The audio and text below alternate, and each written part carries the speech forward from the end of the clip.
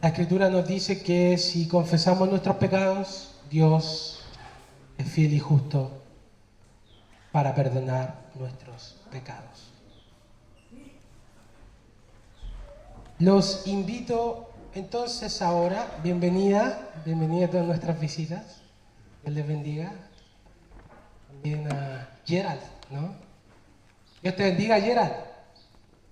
Gerald, el niñito, ¿lo vieron todos, cierto? No pasa nada, no pasa nada. Dios te bendiga, Gerald. Vamos a tener nuestro tiempo en la palabra de Dios. Los invito a abrir el libro del Evangelio de Juan. Juan, capítulo 12, versículos 1 al 8. Ahora sí, volvemos a la serie de Juan, capítulo 12.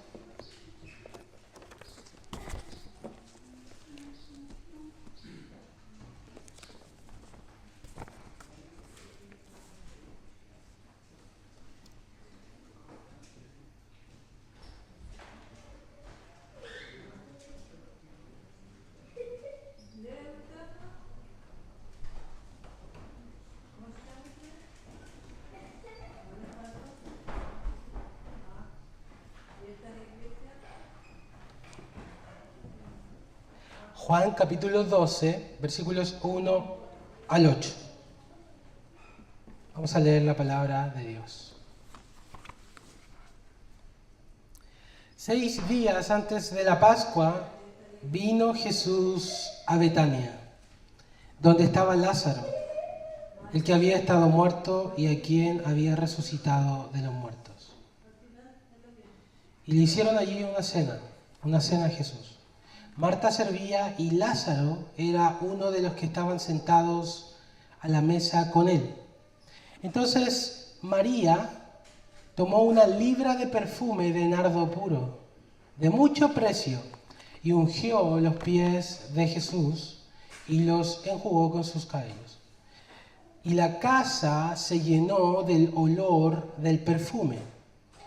Y dijo uno de sus discípulos, Judas Iscariote, hijo de Simón, el que le había de entregar: ¿por qué no fue este perfume vendido por 300 denarios y dado a los pobres?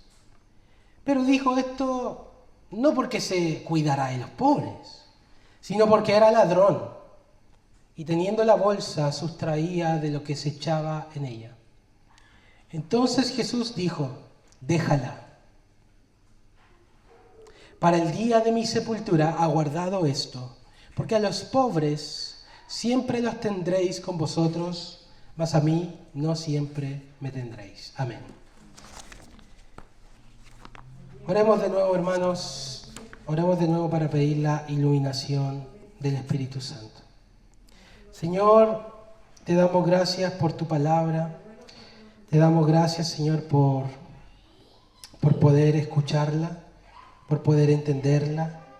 Te pedimos una porción especial de tu presencia para poder comprender este mensaje y aplicarlo a nuestra vida. De manera más particular, Señor, te pido que proveas de una manera especial a tu siervo que ahora es llamado a administrar el pan de vida a tu casa. Te pido por sabiduría, por fidelidad, por celo, para poder usar bien la palabra de Dios, no como palabras simplemente, sino en evidencia y demostración del Espíritu Santo y poder. Circuncida y abre los corazones y los oídos de todos los oyentes. Prepara los corazones para que sean buena tierra, Señor, para que la palabra implantada pueda salvar sus almas y pueda edificarlos hasta el día de Jesucristo. Protégenos en contra de las distracciones, en contra de la dureza de corazón y todo aquello que nos aparta, Señor, de poner nuestra mente y nuestro corazón en tu palabra. Que Cristo Jesús sea formado en nosotros en este día a través de esta porción de tu Escritura que nos entregas tan delicadamente, Señor, para edificarnos y alimentarnos. Te pedimos todo esto en el nombre de Jesús, nuestro Salvador. Amén. Amén.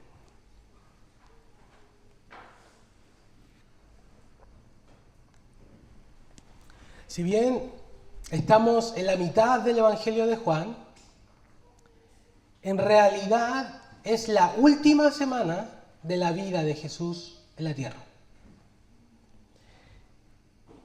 Estamos, de acuerdo nos dice el pasaje, 6 días antes de la Pascua que murió Jesús.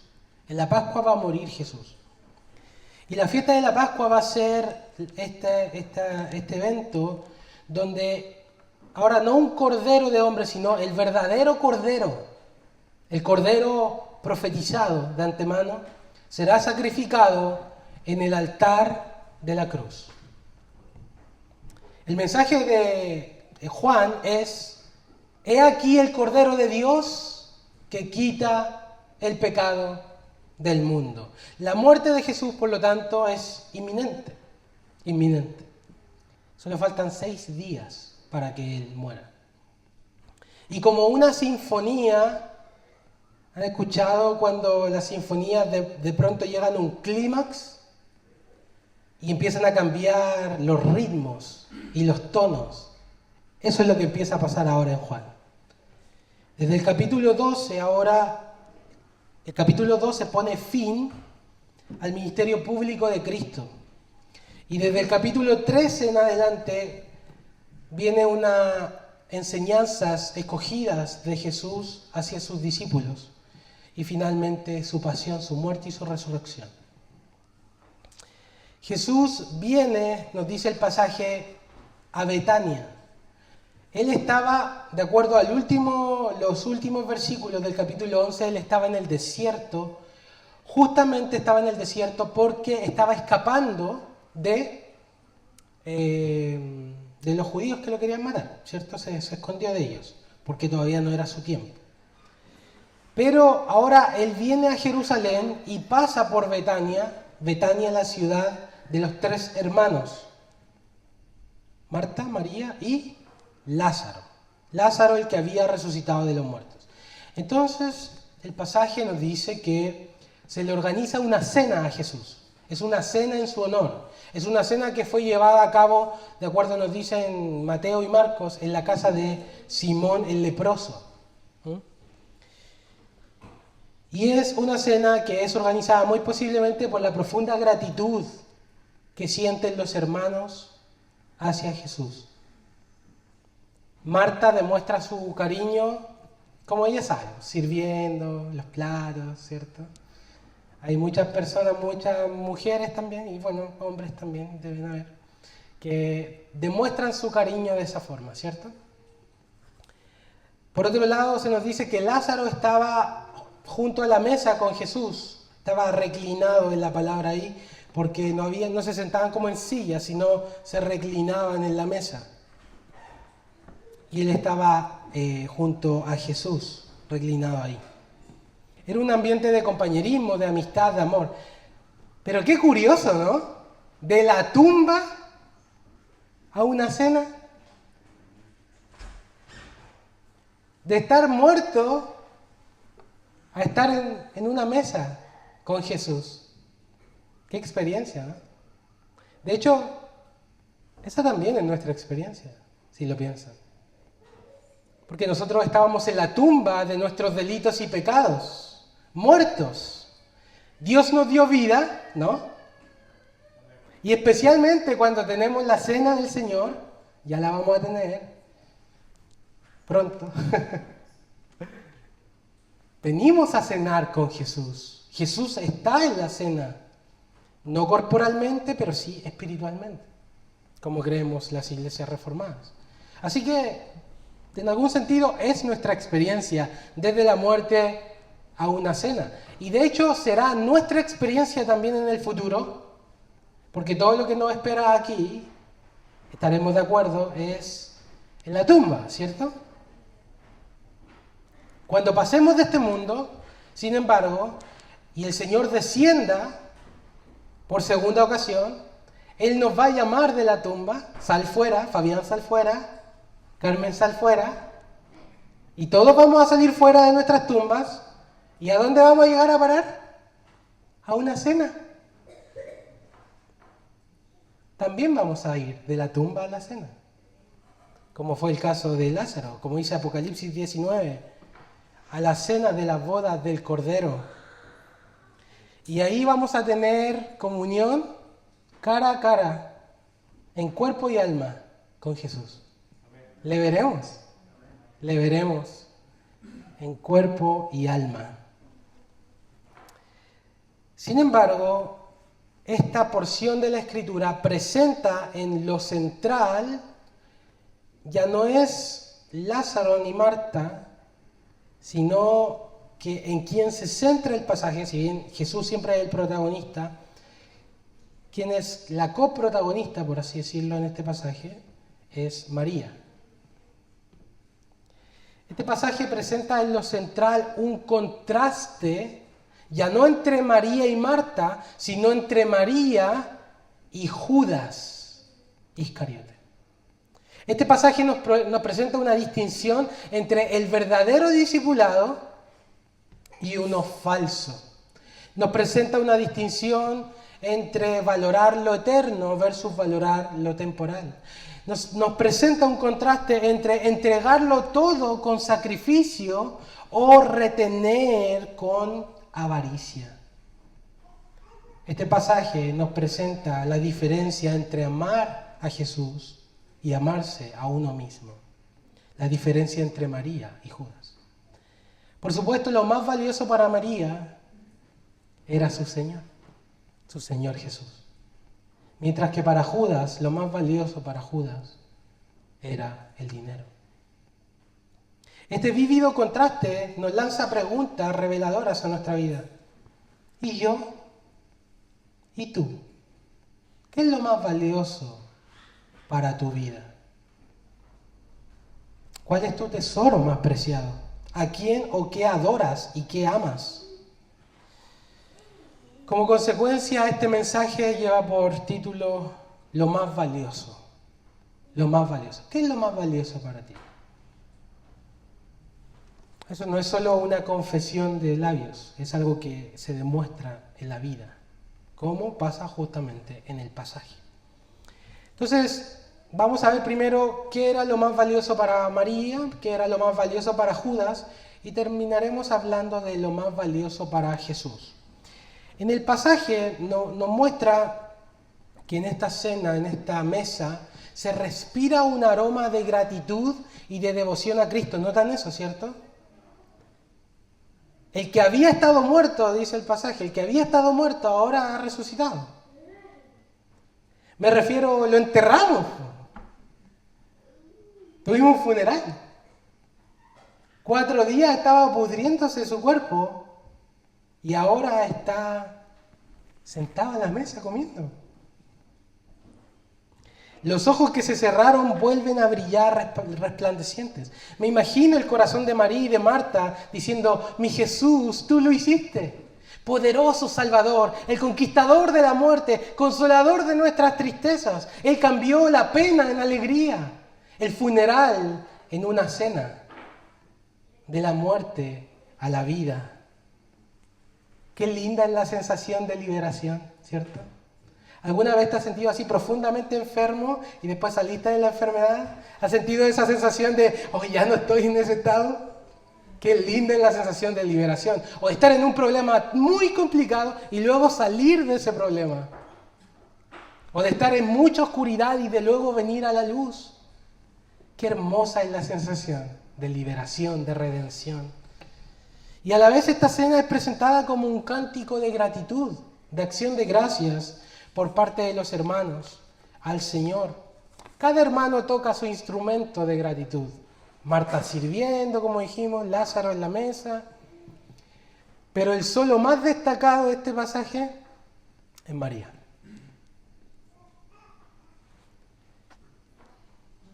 Y nosotros debemos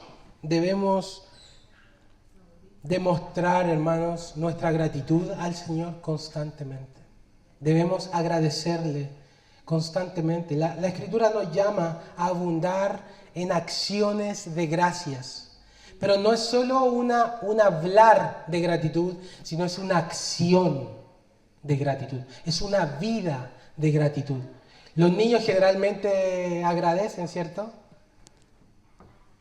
Agradecen por el violín, por la escuela, por tal y tal.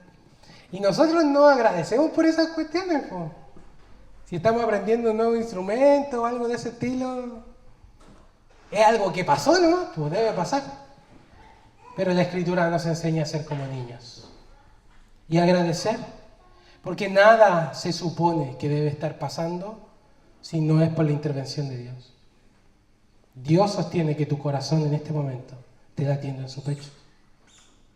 Así que debemos ser agradecidos por cada liberación que hemos tenido, por cada enfermedad de la que hemos salido, por cada zona de oscuridad que ahora estamos en luz. Debemos ser agradecidos al Señor.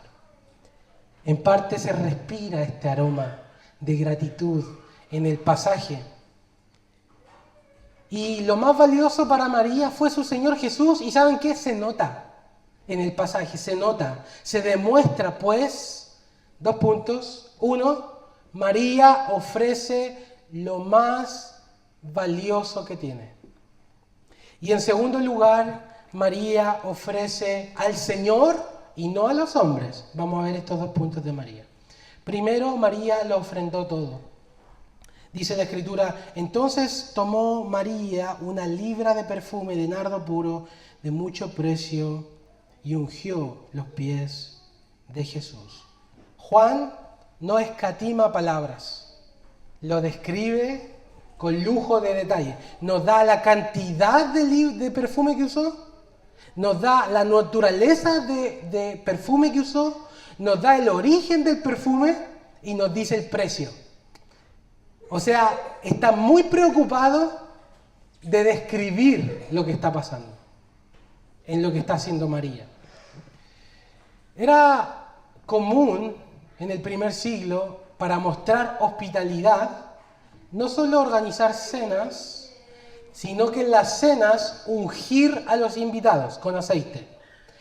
Pero se utilizaba un poco de aceite para ungir a los invitados. ¿Ustedes recuerdan en Lucas 7 cuando Jesús está en casa de Simón el fariseo? No es este mismo episodio, es otro. Y Jesús, cuando confronta al fariseo, le dice, entré en tu casa, y le dice, y no me ungiste mi cabeza con aceite. Eso es algo cultural de la época. Al mostrar honor a un invitado, se le ungía con un poco de aceite en la cabeza. Si me invitas a comer a su casa, no me va a ungir con aceite. Eso era algo cultural, ¿ya?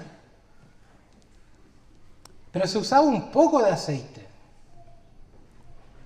¿Cuánto aceite dice que el pasaje que usó María? 1 libra. ¿Alguien sabe cuánto es? Yo sé cuánto es, le voy a decir, para que tenga una idea. Y por eso esto es importante. Es medio litro. Medio litro de perfume. Medio litro de perfume.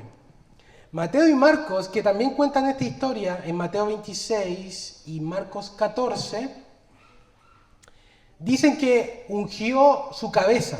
Acá Juan está diciendo que los pies. Pero no hay contradicción en eso. El escéptico dirá, viste, se contradice porque uno dice la cabeza, el otro en los pies. Es tanto aceite, hermanos, es tanto perfume, que probablemente ungió su cabeza y el perfume comenzó a correr, el aceite, por el cuello, las espaldas, el cuerpo, hasta que llegó a empapar los pies con la mirra. Jesús literalmente está embetunado en aceite, en perfume. Y Juan, como digo, no economiza palabras, o sea, lo describe el perfume. Es medio litro, pero también dice que es de nardo puro, nardo genuino. Es decir, no es una imitación, no es... ¿Hay cachado esos perfumes? ¿Perfume como Carolina Herrera? No es una imitación, nardo puro. Nardo puro. El nardo era una hierba que se daba en la India, que se da en los pastos de la India. Y precisamente se da súper lejos, como en los montes del Himalaya, y es traída a Jerusalén en una gran distancia. Por lo mismo, por la distancia de la importación, era caro el perfume, costoso, de mucho precio, dice Juan. Así lo califica. De hecho, se le da un valor de 300 denarios. Un denario era el sueldo de un día, un jornal. Entonces, 300 denarios es el sueldo de un año.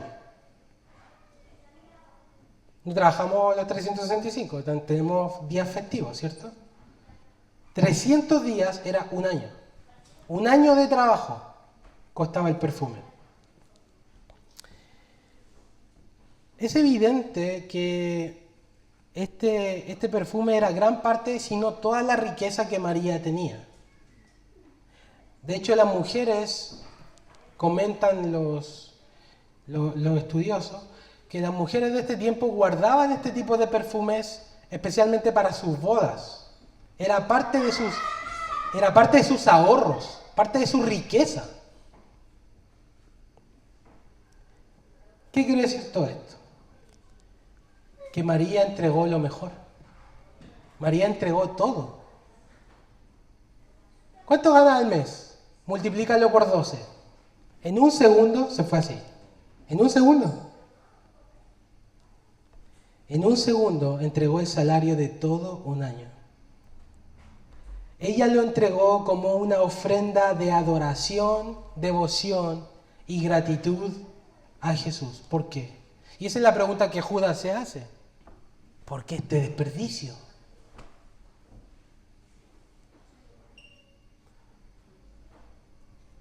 ¿Qué podríamos hacer con el sueldo de todo un año en la iglesia, Señor? Los pobres. ¿No? Estaba pensando Judas. ¿Por qué? Yo te voy a decir por qué. Porque María ha conocido al ser más glorioso y más hermoso que todos los nardos juntos. Medio litro de perfume no le hace justicia a Jesucristo. Toma todos los océanos, toma todos los ríos, los arroyos, toma todas las montañas, las cordilleras, toma todas las cascadas. Ayer fui a las cascadas de Tocoigüe, oye, impresionante esa cuestión. Junta todo eso, toda esa hermosura, toda esa belleza, los sonidos más elocuentes, los olores más fragantes. Júntalo todo, ponlo en una balanza. Pon del otro lado a Jesucristo y pesa infinitas veces más. Su gloria, su hermosura, su gracia, su belleza. Y María lo vio, lo descubrió. Y por eso ella entrega todo, lo más valioso que ella tiene. C.S. Lewis decía: el anhelo más dulce de toda mi vida ha sido encontrar el lugar de donde viene toda la belleza. ¿Has visto a esos viajeros? Mucha gente quiere viajar, quiere ir a ver las hermosuras del mundo. No está mal.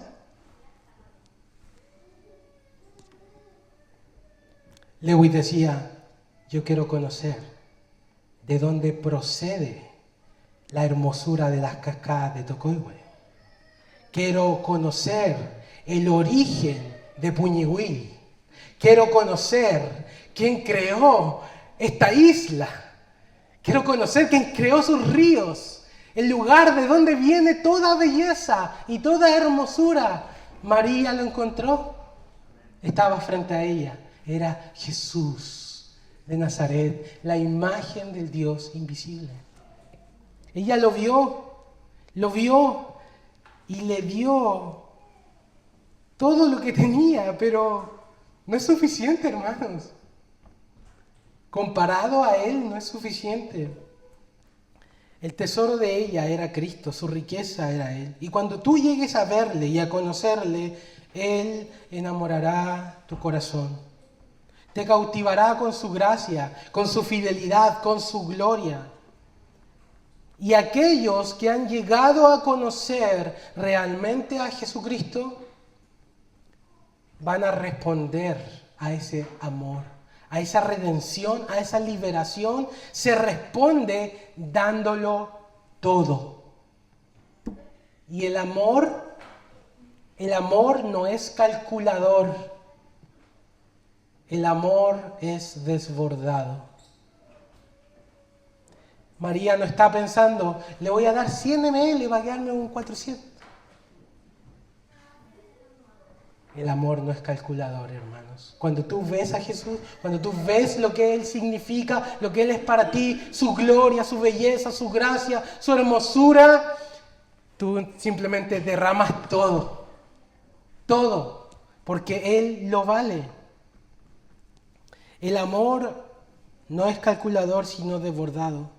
El amor, después de dar todo, lo único que se lamenta es no tener más que dar.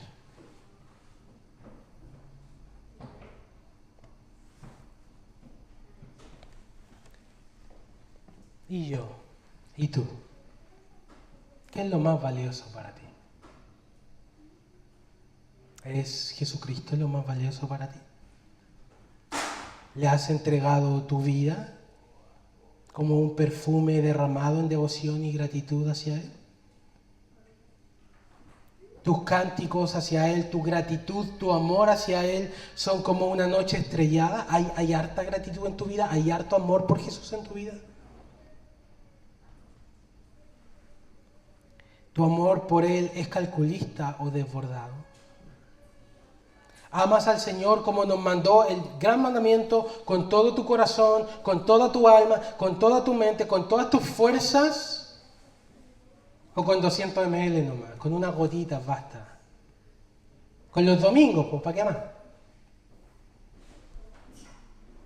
¿Estás listo hoy para disponer todo a los pies de Jesús? Las personas miraron el amor de María y dijeron, ¡qué desperdicio! ¡Qué desperdicio! El sueldo de todo un año. Mira el mundo tu vida derramada al Señor. Mira el mundo tus acciones y dice, ¡qué desperdicio! El mundo dice, ¡qué desperdicio! Pero lo que es desperdicio para otros es un olor fragante para Dios. Sube a su presencia como una ofrenda aceptable de adoración a su nombre. Nunca, escucha esto, nunca el Señor va a reprender a alguien por darle demasiado. Nadie va a llegar al cielo y el Señor le va a decir, oye, no era para tanto. Nunca el Señor va a reprender a alguien por darle demasiado. Más bien, Él nos va a reprender por darle tan poco.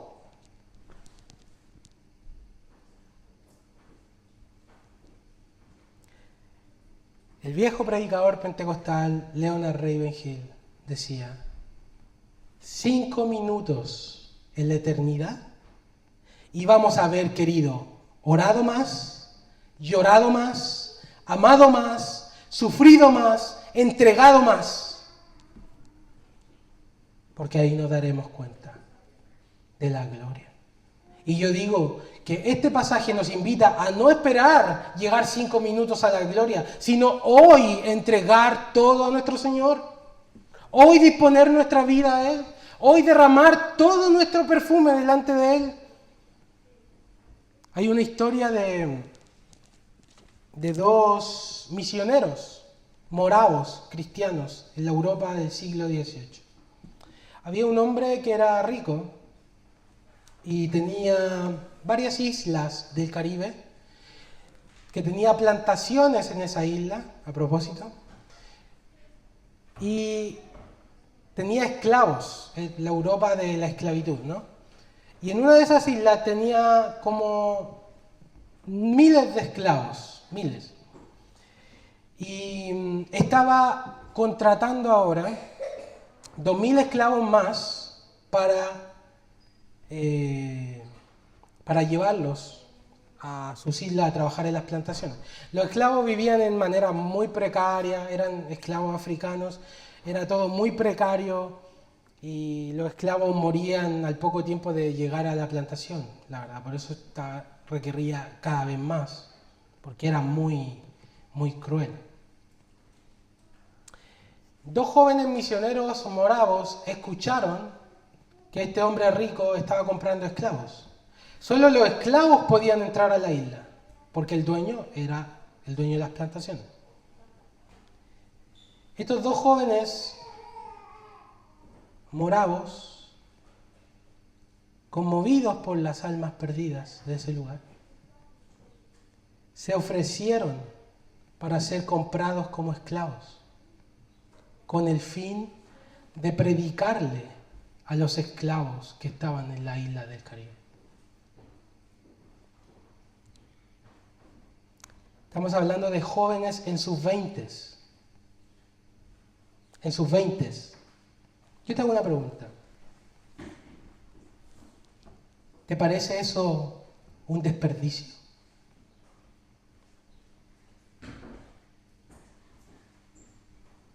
El mundo diría, es un desperdicio. Le queda una vida por delante. Y no estudiar en la universidad. Y el sueño americano. Y tener mi casa y mi auto. Sus vidas ofrecidas al Señor. Los familiares se hicieron esta pregunta, ¿por qué? ¿No es esto un desperdicio? Y cuando estaban en el puerto y se estaban despidiendo de sus familias, y todos se preguntaban por qué hacían esto. Las madres se preguntaban por qué. Los hermanos, los amigos, ¿por qué?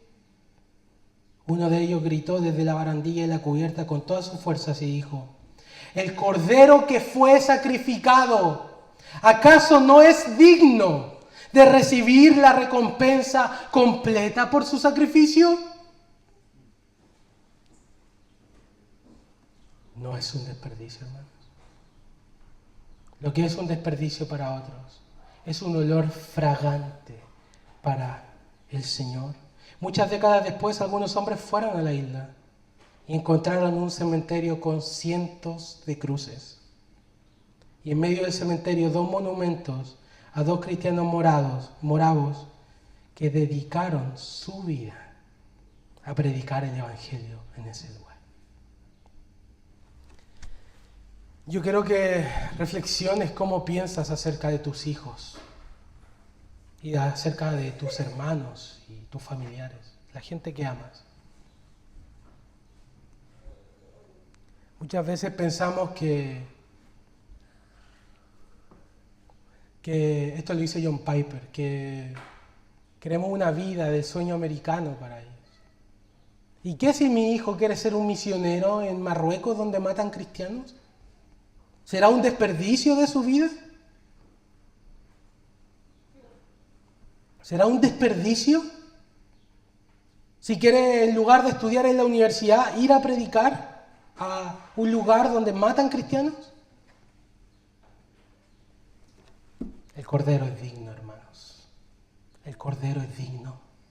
Y así nosotros debemos ver todo lo que ocurre en nuestras vidas. Y todo en nuestra vida debe tender a ser una ofrenda, un sacrificio de olor fragante para Él. Nuestro tiempo, nuestro dinero, nuestras posesiones, nuestras pasiones, nuestros hobbies, todo debe ser una gloria para Él. Una ofrenda para el Señor. Y cuando otros vean tu vida que la estás desperdiciando, para Dios será un olor fragante. Que todo a nuestro alrededor se llene del olor del amor de Cristo.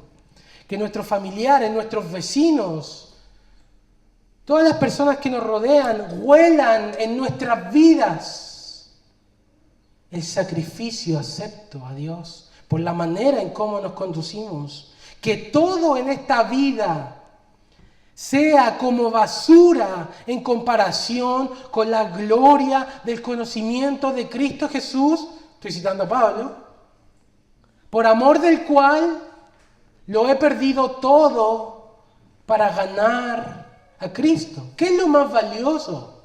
Es el título. ¿Qué es lo más valioso para mí? ¿Qué es lo más valioso para ti? María nos enseña. Las palabras de Ravenhill siguen vigentes. La historia de los moravos nos remece. ¿Qué es lo más valioso para mí? En primera instancia, como dije, María entregó todo.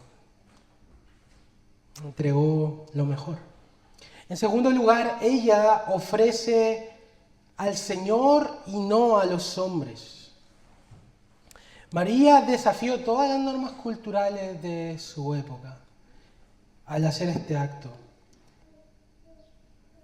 ¿Qué normas culturales ella está desafiando? Mira el pasaje, versículo 3.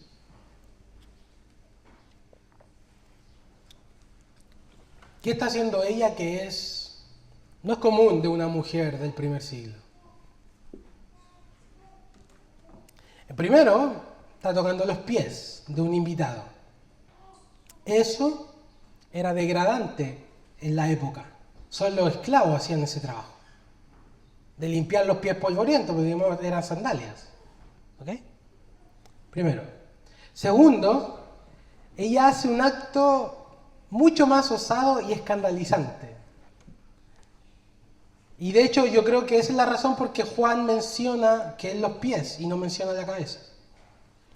Porque ella usa su cabello como toalla, ¿o no?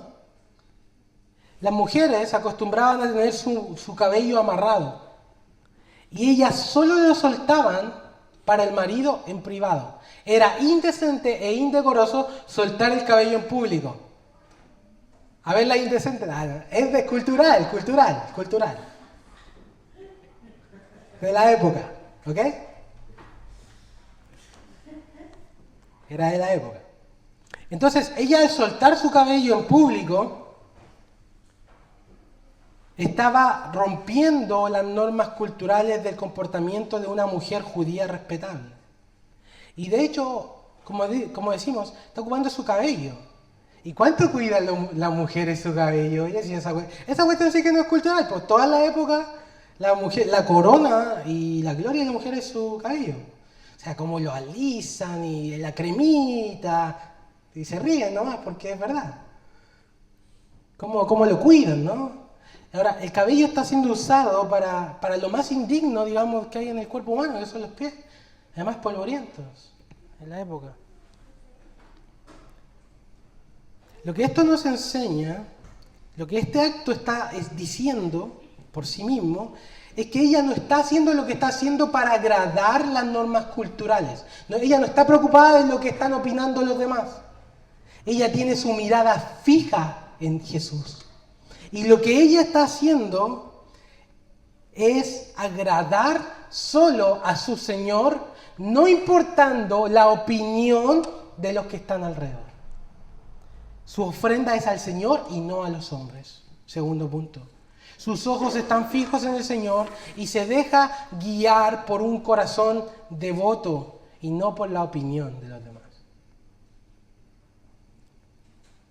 Adora y sirve al Señor, no mirando lo que yo voy a opinar de ti cuando lo hagas. No lo que yo voy a pensar o los otros líderes van a pensar. Es lo que tu Señor va a pensar. Busca el agrado del Señor y no de los hombres. Entonces no tendrás vergüenza de dar demasiado ni de dar sinceramente. Adóralo a Él, no a los demás. Muchos luchamos con qué opinión se va a tener de nosotros cuando hagamos lo que estamos haciendo. Olvida eso, olvídate eso. Aquí no adoramos hombres, ni busquemos adorar hombres, adoramos a Dios y adoramos a Cristo. Por lo tanto, todo lo que hacemos, hagámoslo para Él, buscar su agrado y no el de los demás. Como dije, este pasaje es un gran contraste. Y el jardín primaveral de María crece justo al lado de una maleza descontrolada y fea. Y esa maleza es Judas Iscariote. Y el pasaje está puesto en este punto para que nosotros distingamos la luz de las tinieblas, hermanos. No es casualidad este contraste. Judas arruina el pasaje, arruina el pasaje y el paisaje, digamos, de lo que está haciendo María. Pero no es cierto que la persona egoísta no puede entender a la no egoísta.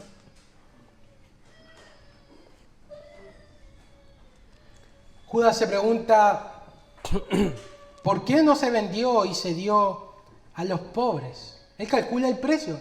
Quien calcula el precio en el pasaje es Judas. Su amor es calculista. Y además, él usa a los pobres como pretexto. Me recuerda a algunos políticos. ¿Cierto? ¿Democracia viva te suena? Oye, instituciones que se suponía que eran para ayudar a los pobres, ¿cierto? Y en lugar de eso, todo el directorio enriqueciéndose. De hecho, eso es lo que explica Juan. Despertó mi guagua. Dice el versículo 6, dijo esto no porque se cuidara de los pobres, sino porque era ladrón. Y teniendo la bolsa, sustraía de lo que se echaba en ella.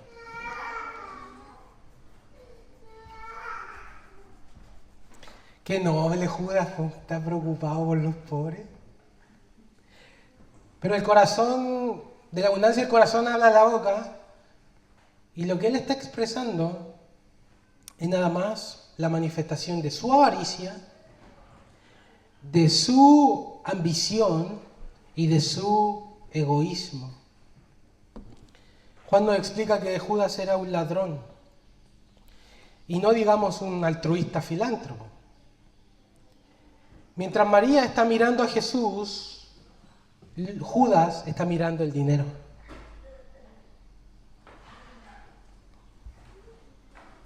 De hecho, Judas vende a Jesús por una cantidad 10 veces menor de lo que sea en este pasaje.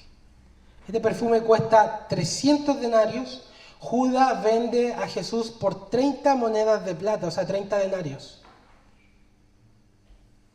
Lo vende por 10 veces menos lo que María está haciendo.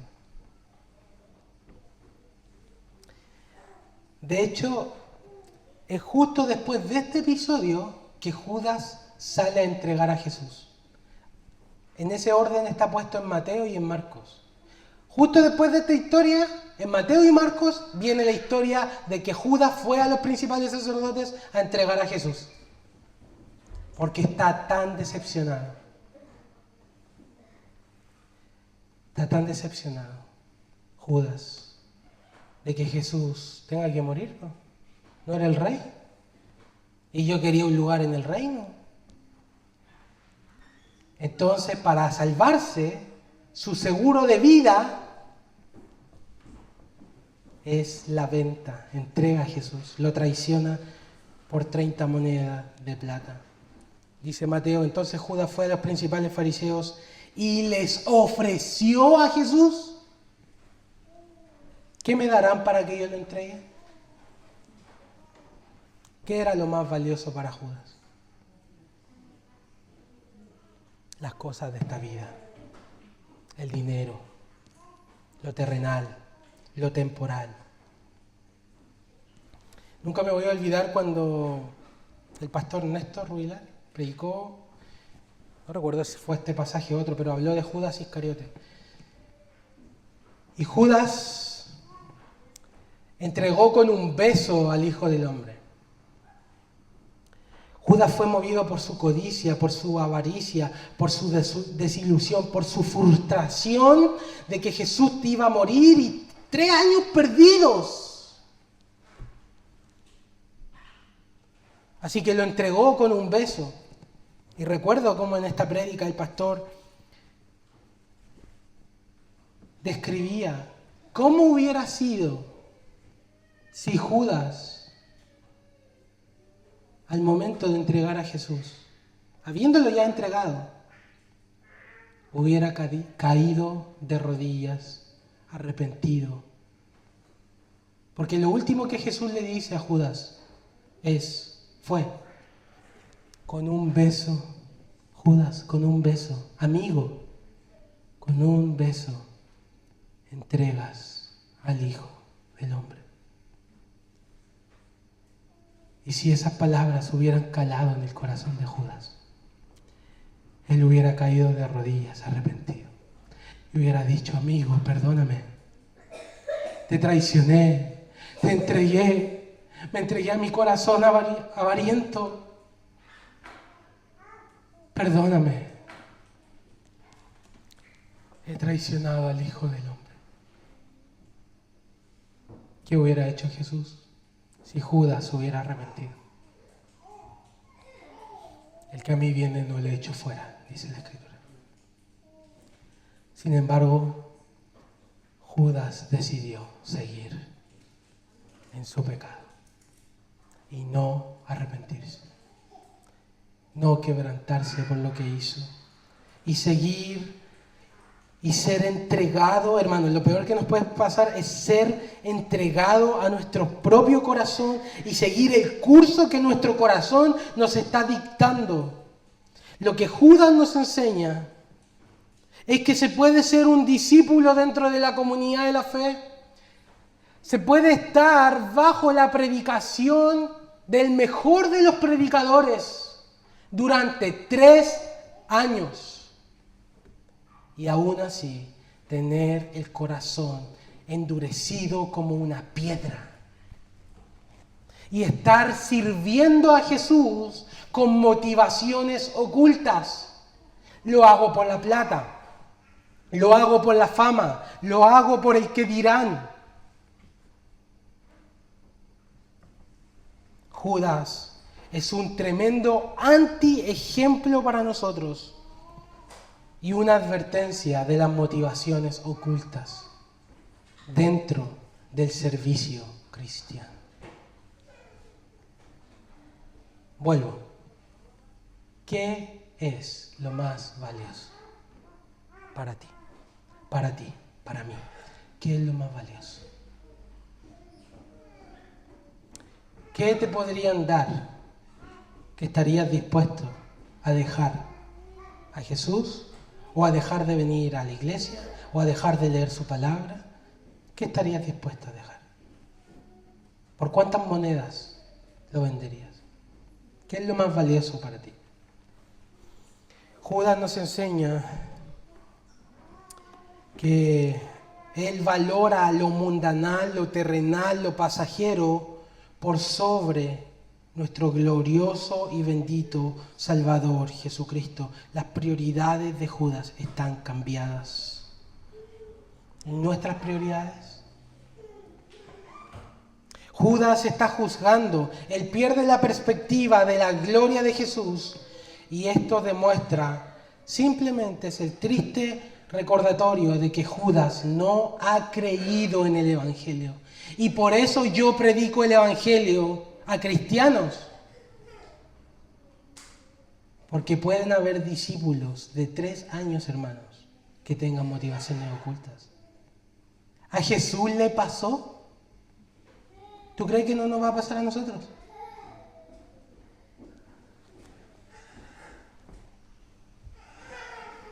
Necesitamos ser recordados de la gloria de Jesús y advertidos del peligro de amar las cosas de este mundo.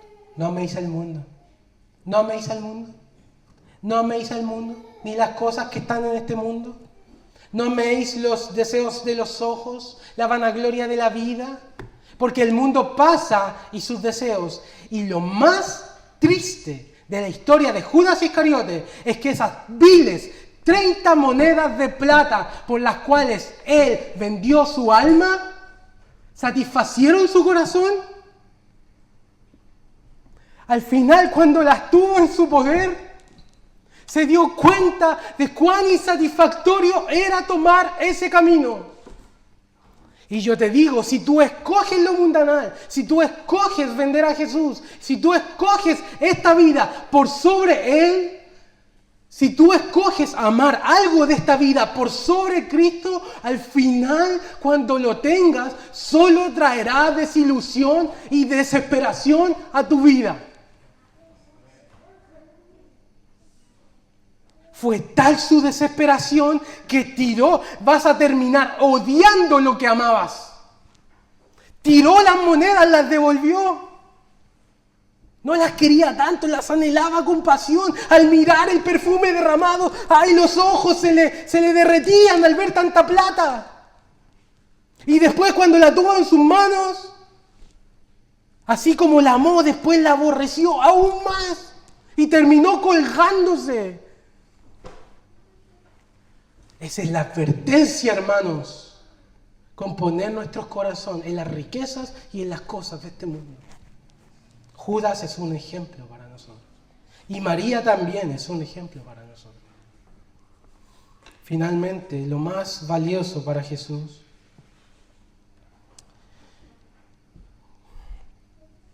¿qué es lo más valioso para Jesús? El pasaje menciona que Jesús está viniendo hacia Jerusalén desde el desierto. Pasa por Betania, pero en el fondo Él viene hacia Jerusalén. En Jerusalén están los que lo quieren matar, lo quieren masacrar. Y Él está viniendo hacia el degolladero. Él está viniendo voluntariamente. Es como un cordero, como una víctima llevada al matadero. A fin, decía Agustín de Hipona, de que nosotros tuviéramos la auténtica Pascua. El verdadero Cordero Pascual, viniendo al altar de sacrificio. Él puso sus brazos, Él extendió su cuerpo en el madero. Fue Él quien dio su vida. Y de hecho el último versículo, el versículo 7, dice: para el día de mi sepultura ha guardado esto. De alguna forma, la unción de María prefigura la muerte y la sepultura de Jesús. María, imagínate esa escena, virtiendo esa cantidad de aceite sobre Jesús como un acto profético de embalsamar su cuerpo que iba a ser masacrado en 6 días más. Él dice esto: para el día de mi sepultura ha guardado esto.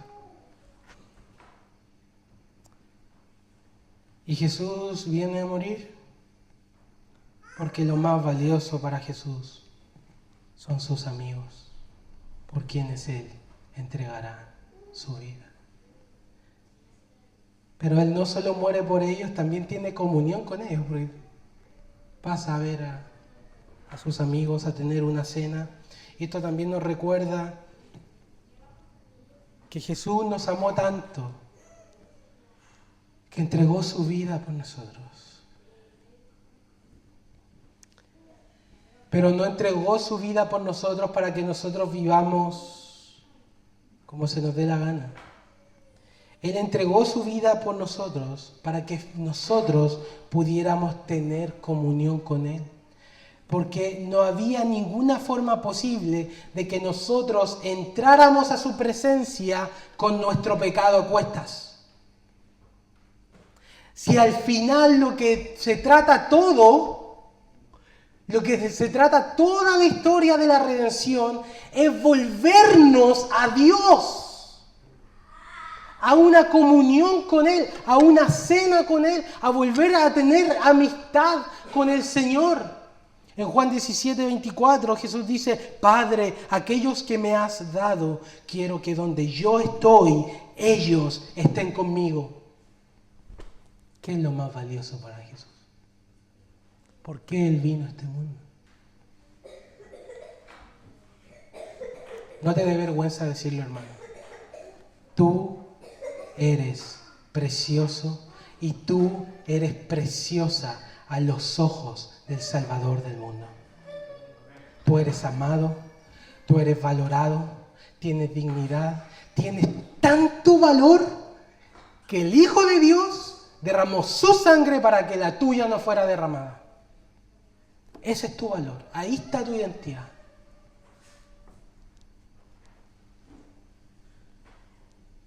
¿Cómo va a responder entonces? ¿Cómo va ahora a vivir su vida sabiendo quién es Jesús y lo que ha hecho Jesús? María nos da un ejemplo. ¿Cómo vamos a responder ante el Cordero Pascual, la víctima de Jehová? Por último, y no menos importante, están los pobres.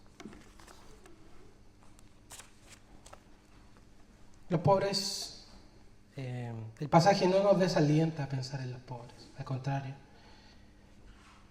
Sin embargo, a pesar de que tenemos que ayudar a los pobres, nuestro principal objetivo es conocer a Jesucristo, adorar al Señor. Este pasaje, por supuesto, no nos enseña a despreciar a los pobres, sino a poner en orden las prioridades. ¿Amén? Lo más valioso. ¿Qué es lo más valioso? Mientras oramos, piensa en esta pregunta. ¿Qué es lo más valioso para mi vida? Tengamos un tiempo de adoración orando al Señor. Oremos, hermano.